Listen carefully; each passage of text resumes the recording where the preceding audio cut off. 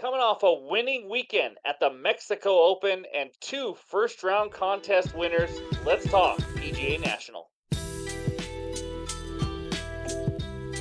What's going on, everyone? Welcome back in to another episode for Just a Bet Outside. I am your host, Steven, and we are here to talk some more golf, baby. That's right, 2 weeks in a row of golf. How about that?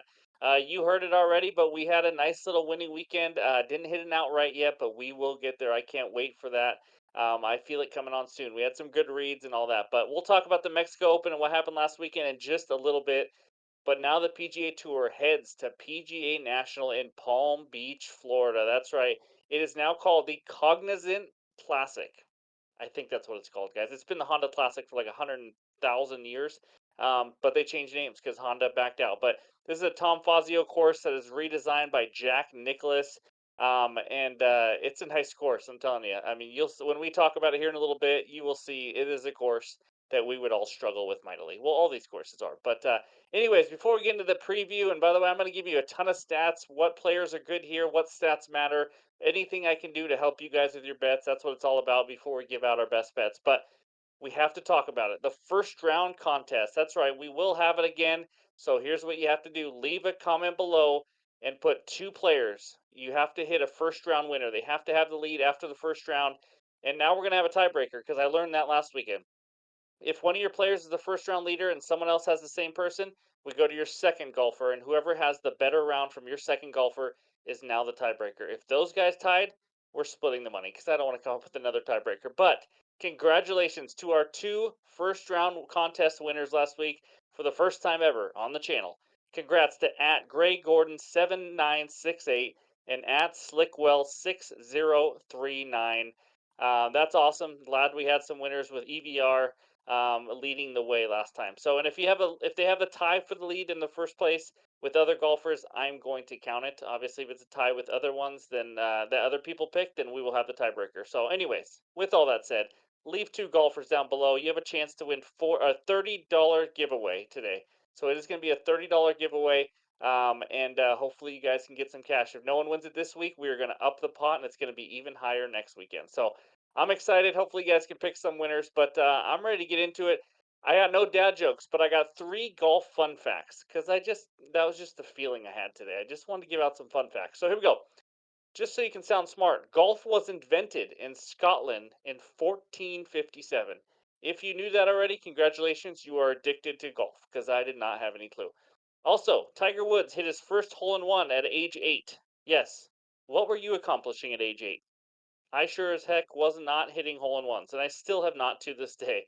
If you have hit a hole in one, let me know below because it is something that I don't see myself ever doing. And also, apparently, according to the numbers, there is a 1 in 20 or 1 in 12,500 chance of making a hole in one. I don't know if you guys know that, but so you're saying there's a chance? Not really, but that's pretty crazy. So, but if you are new to these golf videos, here's what we talk about. We recap the weekend before, which will be the Mexico Open.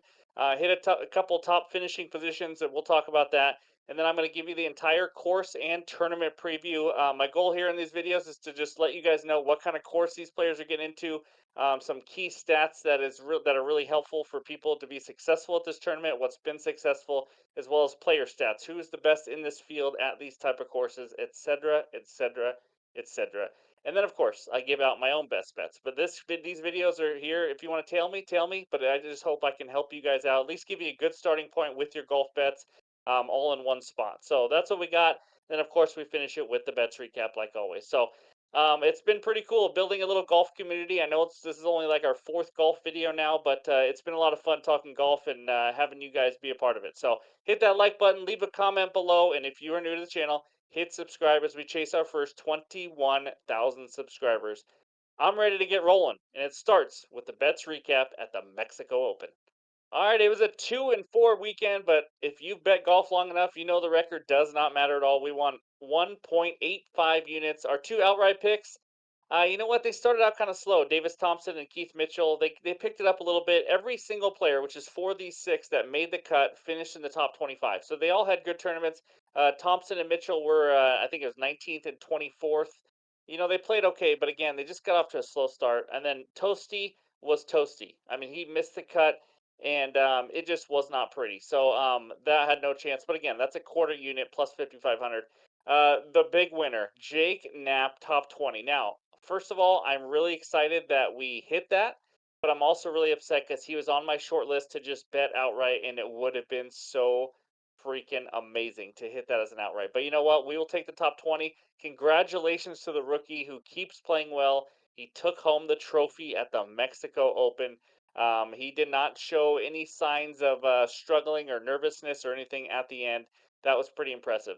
And then Maverick McNeely, top 20. He did not let us down. He was in the, I think he finished 12th. He had a big birdie the last hole of the course or of the tournament. It was getting close. I don't think he ended up needing that birdie, but it just helped give me a little breathing room. So that was a nice plus 220 winner. And then Taylor Pendriff, the Canadian, top 10, just sucked. He just missed the cut, didn't even make the cut. But either way, there it is, a winning weekend. We're down to 6 and 18. Again, sounds terrible. Record doesn't matter in golf, guys. One down 1.95 units. And by the way, in case you're wondering why I don't really take much into record, because we're betting guys like Alejandro Tosti at plus 5,500 for a quarter unit. It counts as a loss, but it's not that big of a deal. So we're going to hit an outright and we're going to be up a lot. I just feel it. It's coming. In these next few weeks, an outright is coming. So, anyways, that's the bets recap for the Mexico Open. And now it's time to talk the course tourney preview at PGA National. All right, before we get into all the stats and numbers and talk about PGA National, we got to give you the glossary like we do every weekend. If you're new to golf, hopefully this helps you guys out. These are stats that people use when they research and analyze golf. I'm not going to go over every single one. You can take a screenshot and all that, but SG, the main one, it's strokes gained. It's how they tell how good a golfer is in certain categories, like number two. OTT is off the tee, how they are off the tee.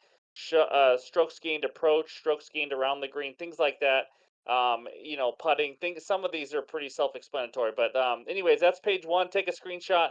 Page two, you got same thing: strokes gained, ball striking. Then you got scrambling, overall total, and then bogey avoidance, greens and regulation. There's a few more, but I just wanted to get 2 pages together for you guys, so you guys have an idea, because you're going to see some of these in these slides, so it kind of tells you what these are. And when you're reading articles, you're going to see a lot of these terms. So hopefully this kind of helps you out and all that. But yeah, just want to give you the glossary. So anyways, without further ado, let's talk the PGA National. This is known as the previously known as the Honda Classic, like we talked about. It is a 7,145 yard par 71 course, and it's a beautiful course, guys. If you look at pictures and videos, I've seen tournaments here many years, and it is. I would love to play on it. I would shoot at least 130, that's for sure. But the crazy part about this, there's not a lot of big areas. If you are not accurate off the tee, you might struggle. But there's a lot of dog legs. You're not pulling out driver on every single hole. But this is what's wild. Only 11% of approach shots are within 125 yards. That is crazy. 60 to 65% of approach shots are 125 to 200 yards out. I mean, that's just wild. The hardest course on tour on approach shots over 150 yards. So this is it on the whole tour. This is the hardest course to play on when you have shots over 150 yards, which is common. Part of the reason you're going to have windy conditions out there in Florida, so that's going to be something you take into effect. If you got someone that you like but is terrible in windy conditions, maybe it's something you think about. But since the 2009 greens renovation, players have hit the green in regulation at a 61% rate, which is below tour average of 65.7 since 2019. Just wanted to point that out. Holes 15 through 17, they are known as the bear trap. A lot of you guys already know it that follow golf. And I wanted to include a little picture over there on the right of the bear trap. I'm also going to post a video of the bear trap down below in the description. So be sure to check it out. I just want to give you guys a visual. It's not any video I put together or anything like that, just from the Golf Network. But it's pretty cool. As you can see by this diagram, I have no chance at parring any of those holes. I mean, these are insane. Those par threes, my goodness, you do not have a lot of room for error. But anyways, one of the hardest three-hole back on the tour, that's for sure, and that's why it's known as the bear trap. But and then of course in Florida you got the Bermuda greens, so you want to look at people who can putt well on those Bermuda greens. But anyways, that's the first little start of the PGA National preview. Let's go over to the next page, and we have the past 8 winners here. Chris Kirk, the guy you see down there in the bottom right, he won it last year. Then Sepp Straka, Matt Jones, not Mac Jones the quarterback, he is terrible. Sung J M, Keith Mitchell, JT, Ricky, Fowler, and Adam Scott are the past 8 winners at this course. Again, that's when it was called the Honda Classic. And then the field this weekend, guys. We got 144 players, and it's not, how do I say this? It's not as bad as it used to be because a lot of top players used to not play on this course. We do have 19 of the top 50 players in this course, and one of them is Rory McIlroy. He will be playing. But now let's talk some stats. Top 10 players in this field in total strokes gained at this event. And those are the names. I won't go through them all, but Sepp Straka makes sense because he did win 2 years ago. But that's the total strokes gained at this tournament. Those are the top 10 in this field. So take a screenshot of all that, get some winners. I got some more stats coming, don't you worry. And let's go to that next page. Now, the key stats to win at this course, which you like to talk about. Look at that course, by the way. That is the picture, one of the pictures on the right. It is just absolutely beautiful as I sit here in freezing cold rain weather in Washington. But anyways, key stats to win at this course. Strokes gained approach. We talked about it. It is extremely important to have a good approach shot because these greens are tough to hit. There's water everywhere. And like we talked about, also proximity. When you look up stats, who is good at hitting in between that 125 to 200 yards out? Maybe just go 150 to 200 if you want, because that's one of the stats. But you got to be solid with your irons, that's for sure. And that's why also I think strokes gained ball striking are important because if you are not someone who is consistent with your irons trying to hit these greens, it's not going to be easy, especially with windy conditions. And then scrambling. Obviously, you got bunkers, you got all this stuff around these greens, and you got to be good around the green. You got to be able to scramble and save some pars and things like that. And then, like we already talked about, strokes gained Bermuda putting. Can you putt on Bermuda surfaces? And part of that, which you might mention just a little bit, but is maybe finding out who's good in Florida. This is the number or the first tournament of the Florida swing, so sometimes it's good to know. Some people just dominate these tournaments in Florida, whether it's the greens or whatever they're used to, the weather. It just fits them, and some people just absolutely struggle in Florida. But now let's talk a little bit about that. So I gave you one of the key stats, which is 125 to 200 yards out. So let's talk about the top 10 players to help you out from 125 to 200 yards out in this field. Of course, you got Sepp Straka and Chris Kirk, two of the last winners. Michael Kim, David Lipsky, Lucas Glover, Marka Hubbard, Sam Ryder, Chesson Headley, Russell Henley. Okay, that was a little tongue twister. And Akshay Bhatia. I think I said that right. But either way, anyways, those are guys that have been really good from that distance in that proximity, which really helps fit the course. Just wanted to point that out. It does not mean definitely go bet all these guys or anything like that. But in one of the key stats, those are the ones who are good at it. So let's move on now to the next page. And we have some more stats. Top 8 players in strokes gained total at this course. So who has been awesome at this course the last 5 years? Shane Lowry, Daniel Berger, Russell Henley, Sepp Straka, Woodland, Hodges, Kirk, and Lucas Glover. And then top 5 players in strokes gained Bermuda putting the last 24 rounds. We got Bo Hostler, Fitzpatrick, Sung J M, Ben Martin, and Denny McCarthy, who is a good putter pretty much anywhere. So those are the top 5 players in this field with that. And then top 5 players in strokes gained ball striking, like we've talked about the last 24 rounds: Corey Connors, Vegas, Adam Svensson, Matthew Pavon, and Tom Hoagiebun. That's right. So, anyways, those are just some stats I like to point out. Maybe you find some common similarities, or maybe you have your own stats that you think are really important at this course and what's good, done well. But obviously, approach is going to be key. Being able to putt on Bermuda greens, and things like that. So you're going to need to be able to strike the ball very well. This is a course that if you are just not on your A game, you will be finding the water at many of these courses, and it can turn you around ugly quickly. So, like I said, I would probably shoot 148, maybe I don't know, maybe 150. But anyways, that is the preview and all the key stats and all the numbers that you need to know for the PGA National. And now it's time to talk some best bets. All right, this segment is brought to you by Better Bets, BTR Bets. It is the best place to find, track, analyze, and share bets. We've talked about it in other videos before. Go check out the link below. Go sign up. There's a free plan, pay plan. It is incredible to keep track of all your bets throughout the year. So, anyways, I'm ready to get into it. If I sound different, you know what? We recorded the first half of the video the day before, and then I got a new microphone that came in and I wanted to try it out. And here we are. So if I sound different in the second half of the video, that is why. Hopefully it is better because that's why we got a new microphone. But Anyways, we got finishing position. I got 4 finishing position bets, and we're gonna start out with probably my favorite one of the tournament. It is Mr. Matthew Pavon, top 20 at plus 240 on DraftKings. So I'm putting a unit on this one, but guess who number 1 is in the FedEx Cup standings? It's this guy. It's Mr. Pavon. That's right. He's been quietly rolling this year. If you do not know or do not follow him, he finished 7th at the Sony Open, 39th at the American Express. He won the Farmers Insurance Open and finished 3rd at Pebble Beach. I mean, it's been incredible. And then if you look at stats over the last 24 rounds compared to the rest of the guys in this field, he's 7th in strokes gained ball striking, 19th in proximity, 150 to 175. As you know, that's a key component for this course. 6th in strokes gained approach. He is just an elite approach shot guy right now, just targeting pins at the moment. 26th in strokes gained putting on Bermuda greens, which is what we have here at PGA National. And then number 1 in strokes gained total on the tour so far this season. What else do you need to hear? This guy is just absolutely rolling. In 2024, he is number 1 on tour from shots from 150 to 200 yards out this year. So, I mean, I don't know what else to say. It is just incredible for him. That's 150 to 200, so all of it, that's kind of 2 and 1 in a way.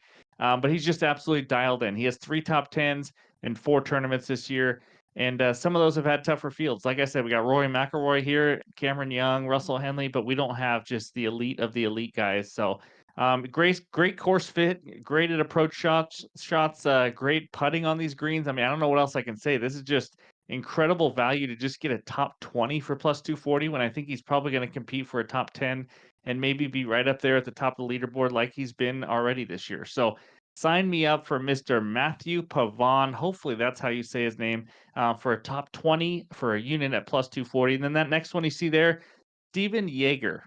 Now, he spells it differently than me. I've never seen it spelled like that. Maybe it's Stefan, but I've heard it as Steven, so I'm gonna go with that. Same name, but top 20 plus 190 on DK and FanDuel. This guy has also been quietly playing well this season. He's coming off a 3rd place last weekend at Vedanta Vallarta. He now has 7 top 20s in his last 15 starts. That's pretty incredible, to be 50% finishing in the top 20 on the PGA Tour. But 3 of 5 have been top 20s this year, just this season alone. So, 2 top 3s in the last 3 weeks. This guy is just absolutely rolling, and nobody's really talking about him. I don't know why, but now I'm here to talk about him. So he's been improving every year at this course too. He had his best finish of his career here. He finished in the top 15 last year at the PGA National, which was called the Honda Classic. He's top 12 this season in both 150 to 175 proximity and 175 to 200 yards out as well. That's pretty impressive, and that's what we're looking for here. So he has experience. He's in good form, like I said, as good a form as anyone, to be honest with you. And I think top 20 is pretty safe. I might be playing it safe with these first 2 at top 20. I could have maybe went either one at top 10, but you know what? We're gonna go top 20. Hopefully, get 2 winners. So that's my second bet, and then that third one there, it's a favorite, guys. It's Mr. Russell Henley, top 10 plus 280. Like I said, he's a top 3 favorite for a reason. I mentioned earlier, he is just one of the top guys, and he's played well here. I mean, really, really, really well. He's 20th, 8th, and a 3rd place the last 3 times he's played here. And then when you have all these hazards, and we talked about it a little bit, but maybe not enough, there is water all over this course. So that's the tough part about betting this course because, I mean, you hit one shot just a little too far left, a little too far right. It can completely change your day, your round, your tournament, anything like that. So I think it's nice to back a guy like Henley, who's one of the most accurate drivers on tour. He can probably keep it out of the water more than most, knock on wood, hopefully. And then on top of that, he's one of the best Bermuda putters on tour, and you gotta love to see that. He's finished top 5 20 times in his career. Yes, that's right, top 5 20 times. 14 of those 20 times were on Bermuda green. So this is just where he is, he's comfortable, especially putting. Just an accurate hitter, good course history, great putter. All these things kind of line up for me.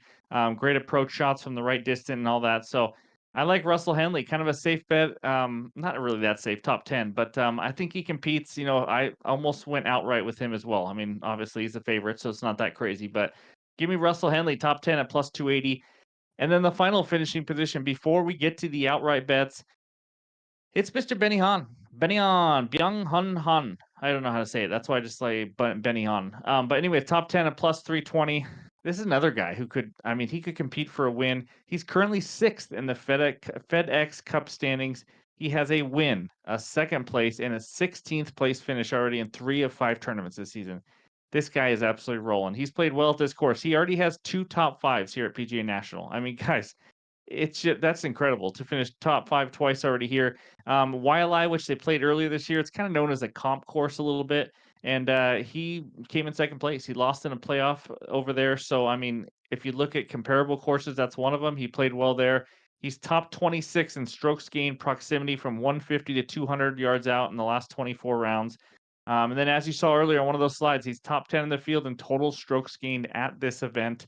So he's just got that combo that I'm looking for. Good form. He's got great course history, great comp course history as well. The one thing about Benny Hahn, if you watched him play and kind of followed him, every once in a while he can throw up a big score. And I do worry a little bit about him hitting it in the water, falling apart one hole, two holes. This is one of those courses. But if he can just play grandpa golf. Just yeah, it's just a term, not really grandpa golf, but just hit it down the middle somehow, and just find some fairways and just avoid the big holes. You know, a bogey's going to come, a double bogey might come, but he's just got to avoid it. And hopefully he can just be lasered in like he's been. Because like I said, 2 top 5s here. He knows the course. He knows where to land the balls. He knows all about these greens. So I like Benny on again to compete for the win. Maybe get his first win on tour this weekend, but we just need a top 10 at a juicy plus 320. So those are my 4 finishing position bets. Take a screenshot. Hopefully, we get some winners there. That's kind of to get the money back from the outrights, plus more, obviously. But if we don't hit an outright, but those are the finishing position bets. Let's go over now to the outrights. All right, before we get into the 4 outrights that I have for this tournament, I do wanna let you know I did say Benny Hahn, has a win already this year. He does not. It's a 4th, a 2nd, and a 16th, I believe it is. So not quite a win, looking for his first career win. But, this first bet, guys, we need a win. We do. I wanna get 3 to 5 outright wins this year. We've had some good reads on guys that have finished well, just not right there at the top. So, this first one of my favorites, Eric Cole to win the tournament at plus 2,500.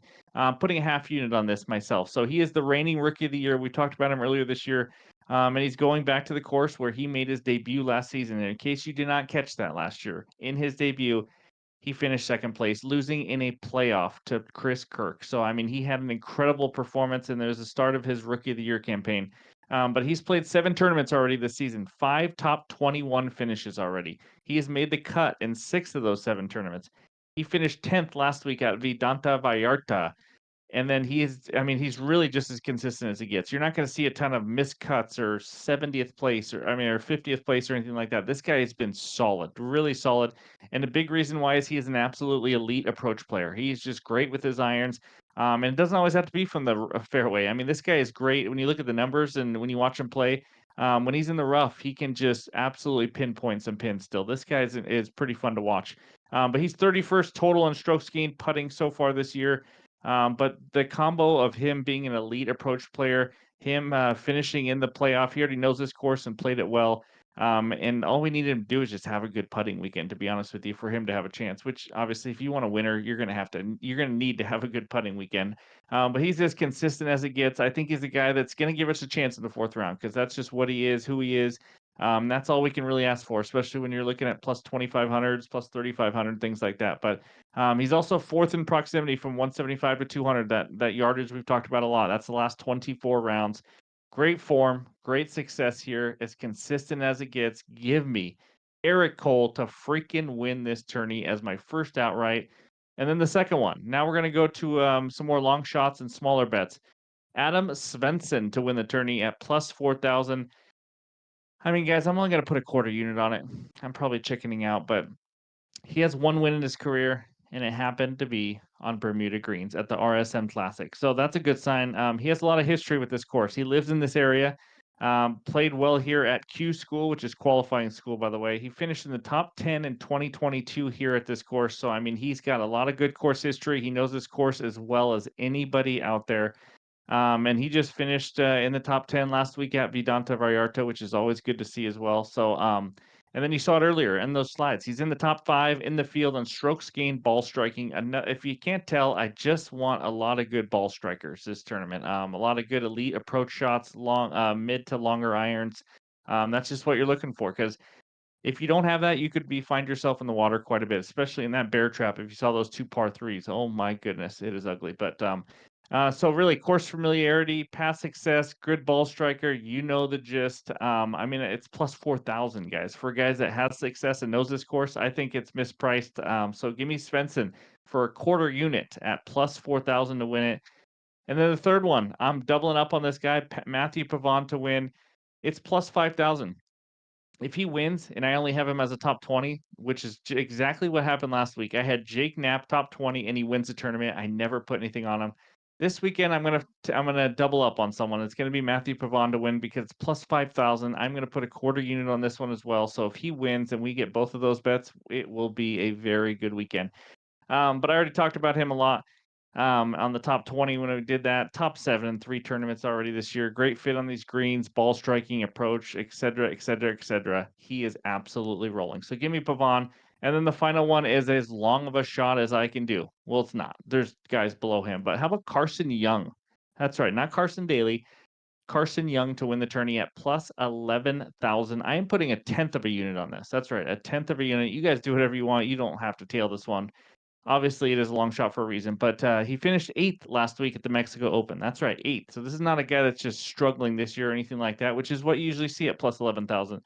He also finished 17th at the American Express. This guy's playing well. He's another great ball striker, great on approach shots from 150 to 200 yards out, and he's been solid off the tee so far. 65% fairway accuracy this year, well above the tour average, which is what you like to see on a course like this. The one problem he has, obviously, there's going to be a problem when you have a long shot like him.